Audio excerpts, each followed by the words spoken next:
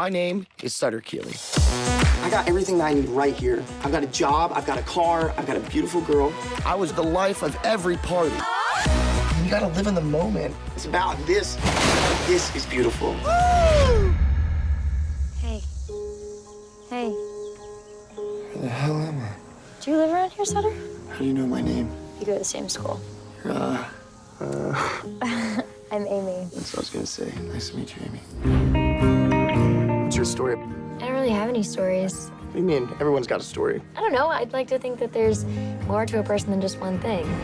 You know, I gotta tell you, Sutter, Amy Finicky is just a strange choice for a rebound. You're 17 years old. You don't have an ex-boyfriend? No. Really? Sutter, guys don't look That's at me like shocking. that. I'm like... Yeah, absolutely. Guys look at you like that. No. Amy, you're absolutely beautiful. Oh my God, no. And if she falls for you, what happens then? Should we take our shirts off? My sister, she's having this like fancy dinner party. Would you want to go with me? Yeah, what time? It's 10 minutes. Oh, 10 minutes from now. Yeah. I think it's good to have dreams, don't you? To dreams. I'll tell you something, I don't live in the past, I live in the now, because that's what it's all about. You know, everyone's telling me I gotta move on. I don't see what's so great about being an adult. Are you happy? You're not the joke everyone thinks, man. I love you. You don't love me. Yes, I do. And I thought she'd be the one to yank you out of neutral. Do you not see that I'm bad for you? You need to get away from me. You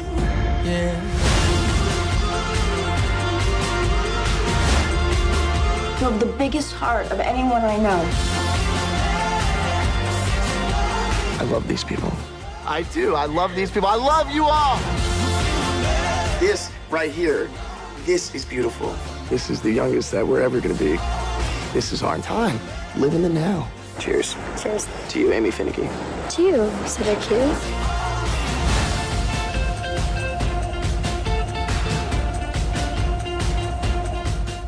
So I got a couple of requests to go back and take a look at this trailer, The Spectacular Now. It was released about maybe a week ago, a few days ago, because I think it's interesting to me that a number of you have picked up on this, because I saw this trailer, and while I was very, very impressed with the quality of the acting, the writing, and the filmmaking overall, the directing, it was just such a throwback to, like, I would say, John Cusack's early career. I mean, if you like this, go back and rent some early John Cusack films. You will be really impressed. Also, early John Hughes films like Pretty in Pink, 16 Candles.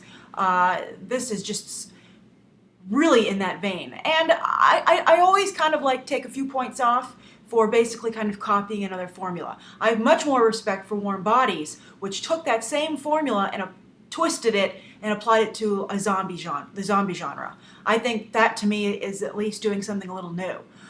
So I don't know how well this film would do, but, you know, at the same time, even though I'm saying I don't know how well it would do, I think there's a whole generation, you know, and also a lot of, you know, there was a thing on Glee when there was a problem where they were like, wow, everyone loves the songs that we're covering on Glee, but then the industry was shocked to discover that a lot of the Glee viewers felt that these were original songs. They were unaware that Like a Virgin was originally sung by Madonna, and they thought that it had been made up for Glee.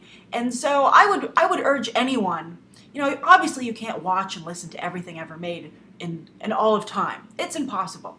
But I think that you can get a pretty darn good crash course if you really dedicate yourself to just expanding your horizons. And so, like I said, just because you weren't alive when the John Cusack films came out, you know, doesn't mean that you can't go back and enjoy them, and you shouldn't see what built that career and what gave John Hughes a career also at the same time. But that being said, there's a bunch of people who think those Glee songs are original who are going to think this is an original concept. And it's interesting to me that it's just as popular today as it touches a nerve just as it did back when John Cusack was doing it for the first time.